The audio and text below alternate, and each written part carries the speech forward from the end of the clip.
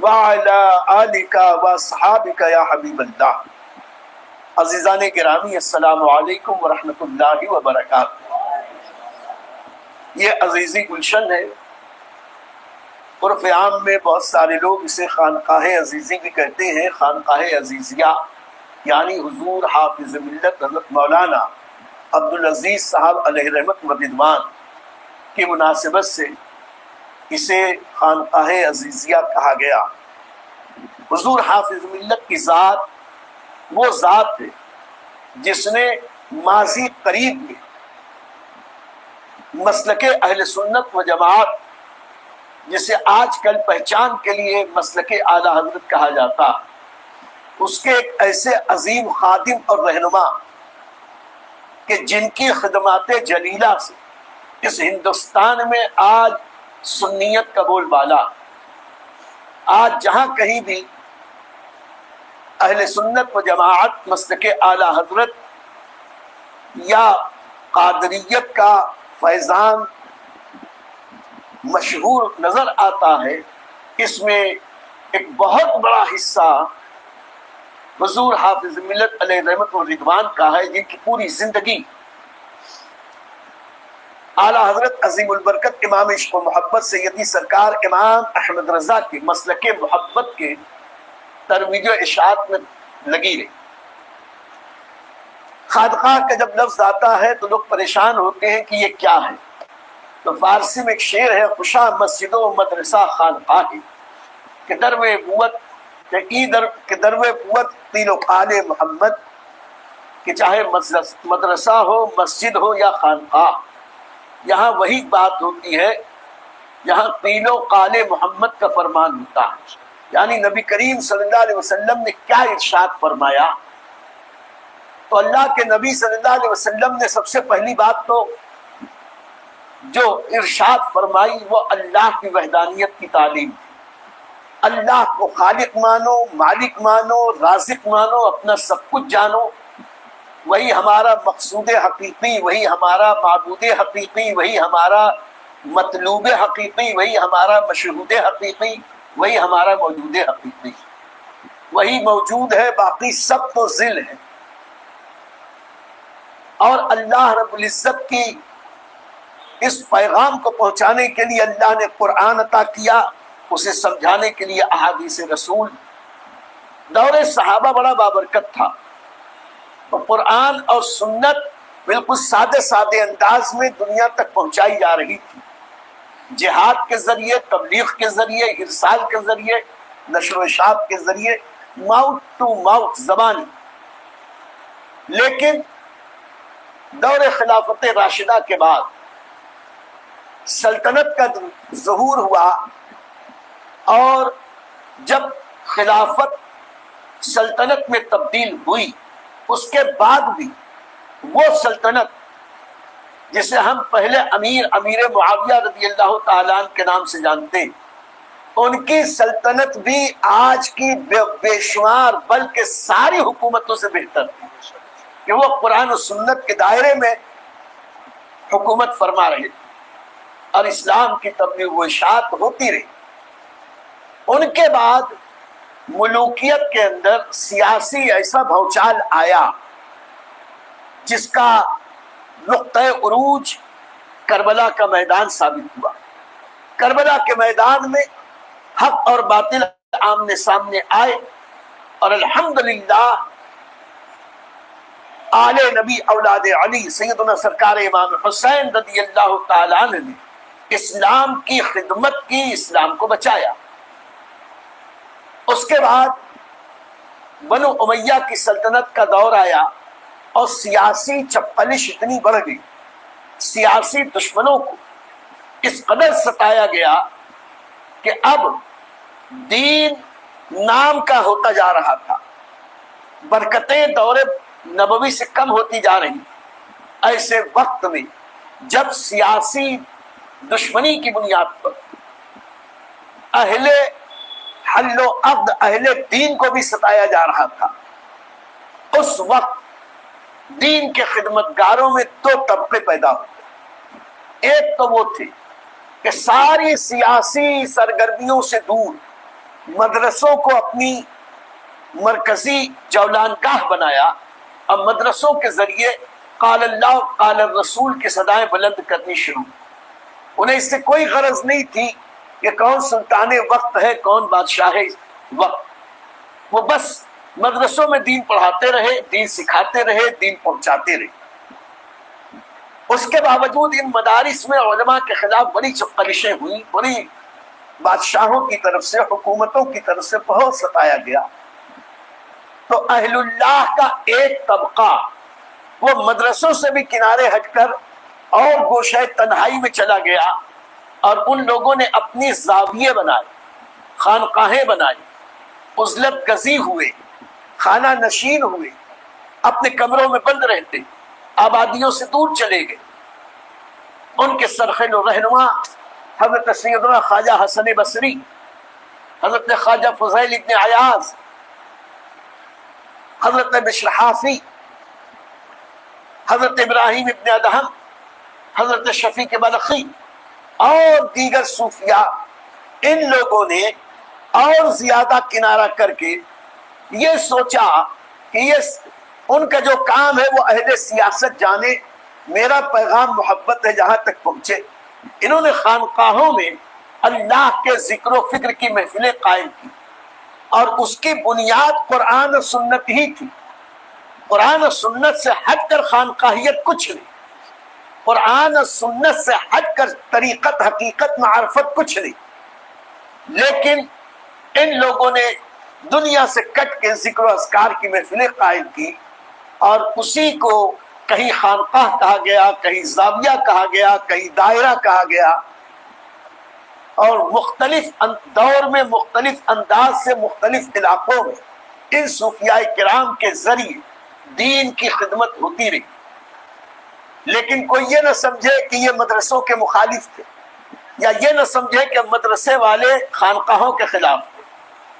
آج ہم عرض کر دیں کہ ہر صوفی، ہر خانقاہ والا مدرسے میں جا کے دین سیکھتا تھا، اور ہر مدرسے کا عالم دین خانقاہوں میں جا کے اولیاء اللہ کا مرید ہوتا تھا. اور یہ دونوں ایک دوسرے سے اتنے ملے جلے تھے، الحمدللہ یوں سمجھ لو کہ ایک گاڑی کے دو پہیے تھے، جس کی وجہ سے یہ اسلام کا کارواں رواں دواں تھا. آج بھی ضرورت ہے کہ سیاسی طور پر آج جو دنیا کے حالات ہو گئے ہیں وہ اس قدر ناگفتہ بہ، ناقابل بیان ہے کہ ہم کوئی چمتکار نہیں کر سکتے. تو کم سے کم مدرسوں کو آباد کر کے، خانقاہوں کو آباد کر کے، ان بزرگوں کے طریقے پر کم لوگ ہی صحیح جتنا ہو سکے اللہ کا ذکر کریں. ابھی ہم نے جو ذکر کیا اس میں اللہ کے اسماء گرامی شروع سے اخیر تک بار بار ساتھ ساتھ پڑھتے گئے، جو ہمارے بزرگوں نے ہمیں سکھایا. اللہ کے اسماء گرامی، اس کے بارے میں قرآن فرماتا الا بذکر اللہ تطمئن القلوب، بے شک دلوں کا چین اللہ کے ذکر میں.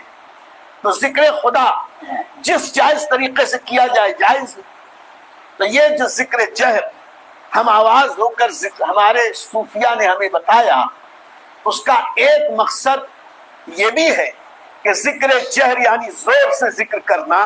تو جیسے کہ لبیک اللہم لبیک کا تلبیہ زور سے پڑھا جاتا ہے، جیسے کہ اذان زور سے پکاری جاتی، جیسے دعائیں زور سے کی جاتی، جیسے ابھی ذی الحج کی 9 تاریخ سے ہر نماز کے بعد، جماعت کے بعد، جماعت مستحبہ کے بعد ہم لوگ تکبیر تشریق پڑھیں گے. آؤ ایک بار پڑھ لیں.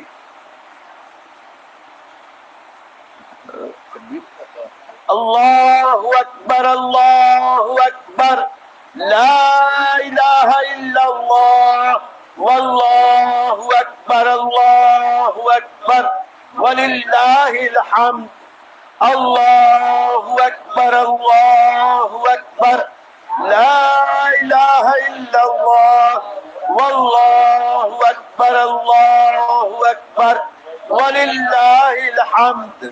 اللہ اکبر اللہ اکبر لا الہ الا اللہ واللہ اکبر اللہ اکبر وللہ الحمد۔ حضرت آدم علیہ السلام سے ہمارے آقا نبی کریم صلی اللہ علیہ وسلم تک اللہ کے ماننے اور اللہ کے ذکر کی تعلیم دی۔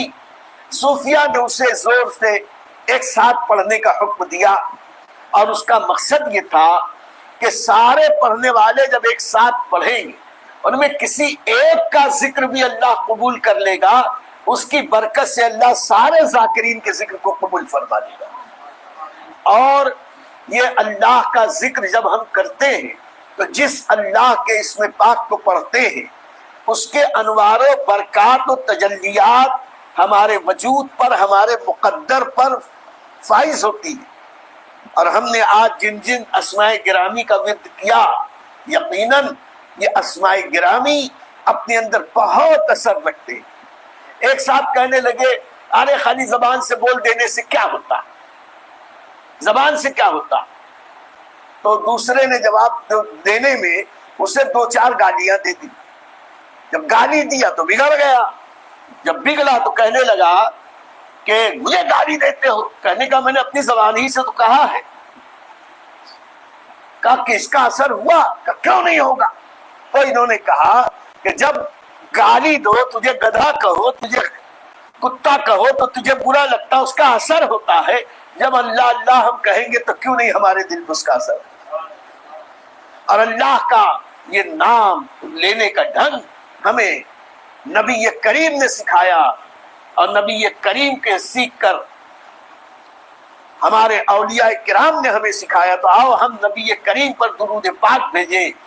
اللہ رب محمد صلی علیہ وسلم، نحن عباد محمد صلی علیہ وسلم، اللہ رب محمد صلی علیہ وسلم، نحن عباد محمد صلی علیہ وسلم، اللہ رب محمد صلی علیہ وسلم، نحن عباد محمد صلی علیہ وسلم، اللہ رب محمد صلی علیہ وسلم، نحن عباد محمد صلی علیہ وسلم۔ میں کیا بتاؤں پیر کے ملنے سے کیا ملا؟ خواجہ ملے، رسول ملے اور خدا ملا۔ ہمیں ہمارے مرشد سے غریب نواز، اور غریب نواز کے واسطے سے ہمیں غوث پاک ملے، اور غوث پاک کا مقام اہل محبت کے یہاں جو کچھ ہے بیان کرنے کی ضرورت نہیں۔ آؤ حضور غوث پاک کی بارگاہ میں بھی استغاثہ پیش کریں یا پڑھیں۔ یا شیخ عبد القادر جیلانی شیئا للہ، یا شیخ عبد القادر جیلانی شیئا للہ، یا شیخ عبد القادر جیلانی شیئا للہ، یا شیخ عبد القادر جیلانی شیئا للہ، یا شیخ عبد القادر جیلانی شیئا للہ، یا شیخ عبد القادر جیلانی شیئا للہ، یا شیخ عبد القادر جیلانی شیئا للہ، یا شیخ عبد القادر جیلانی شیئا للہ،